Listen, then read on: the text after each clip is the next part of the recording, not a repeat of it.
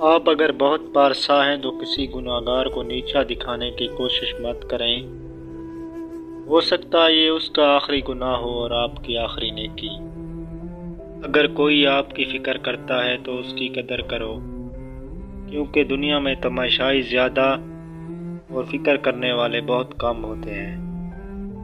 اگر دوسروں کو کسی کام سے روکنا چاہتے ہیں وہ اس کی ابتدا اپنے آپ سے کریں۔ تجربے میں آیا ہے کہ زیادہ سمجھدار اور زیادہ بے وقوف میں کوئی فرق نہیں، کیونکہ یہ دونوں کسی کی نہیں سنتے۔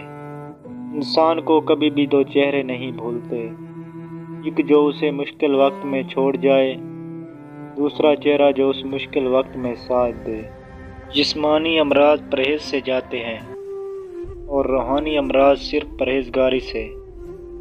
انسان پر بھروسہ کرنے کے لیے اس کی زبان نہیں، اس کے کردار کو پرکھنا چاہیے، کیونکہ زبان جھوٹ بول سکتی ہے مگر کردار ہمیشہ سچ بولتا ہے۔